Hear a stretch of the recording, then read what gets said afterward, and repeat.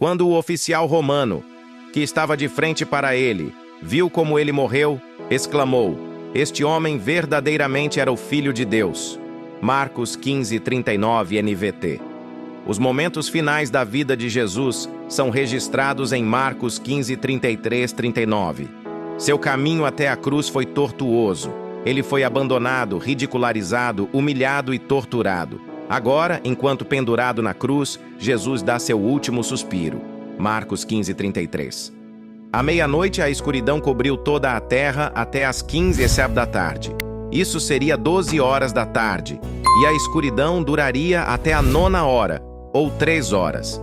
Essa escuridão sobrenatural chegou quando o sol estava no auge. Como a lua estava cheia, não poderia ter sido causada por um eclipse, pois a lua não pode intervir entre a terra e o sol quando está cheia. Essa escuridão foi indubitavelmente trazida pela intervenção direta de Deus. Flegon de Trales e o liberto do imperador Adriano dão uma descrição disso. Eusébio, em seus registros do ano AD, cita extensivamente Flegon, que afirma que no 4º ano da 202ª Olimpíada, ocorreu um grande e extraordinário eclipse do Sol, superando qualquer um que já tinha ocorrido. Na 6ª hora, o dia se transformou em escuridão de noite, de modo que estrelas foram vistas no céu. E houve um grande terremoto na Bitínia, que derrubou muitas casas na cidade de Niceia. Flegon atribui à escuridão, que ele descreve como um eclipse, o que era natural para ele fazer. O conhecimento de astronomia era rudimentar na época. Um terremoto também é mencionado por Flegon. Isso coloca sua história em muito próximo alinhamento com a narrativa sagrada. São Cipriano acrescenta: "O sol foi constrangido a retirar seus raios e fechar seus olhos para não ser compelido a olhar para este crime dos judeus." Para o mesmo propósito, São Crisóstomo: "A criatura não podia suportar a injustiça feita ao seu Criador. Portanto, o sol retirou seus raios para não contemplar os atos dos ímpios." Marcos capítulo 15:34.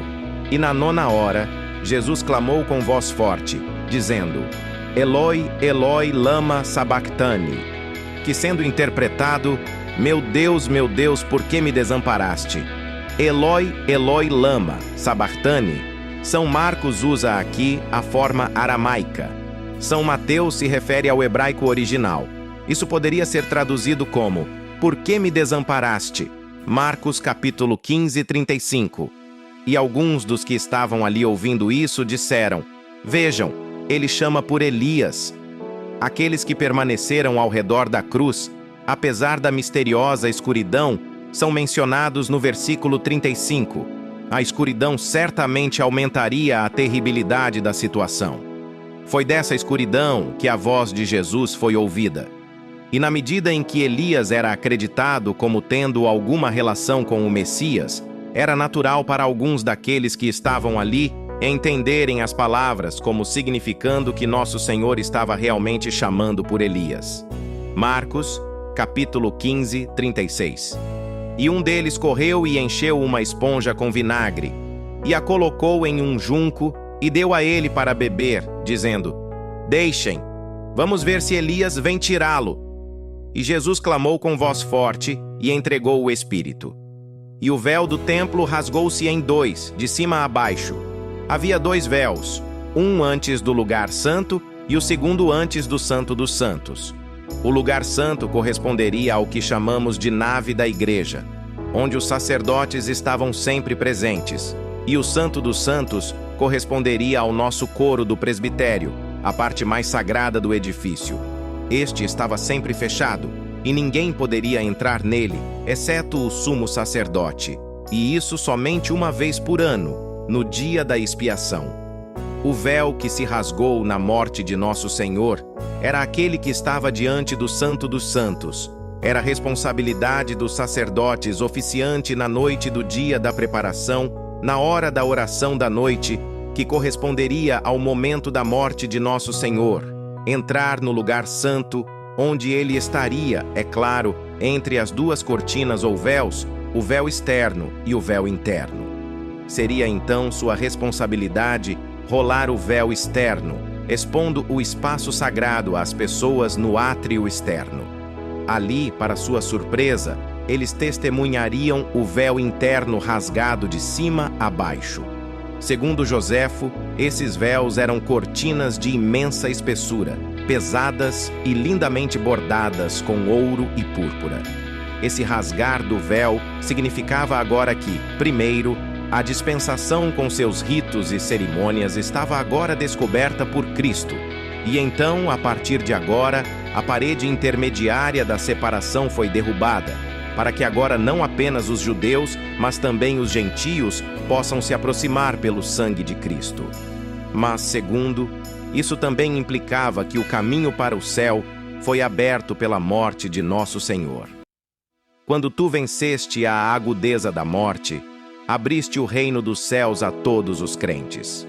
O véu implicava que o céu estava fechado para todos, até que Cristo, por sua morte, rasgou esse véu em dois e abriu o caminho. Marcos, capítulo 15, 39.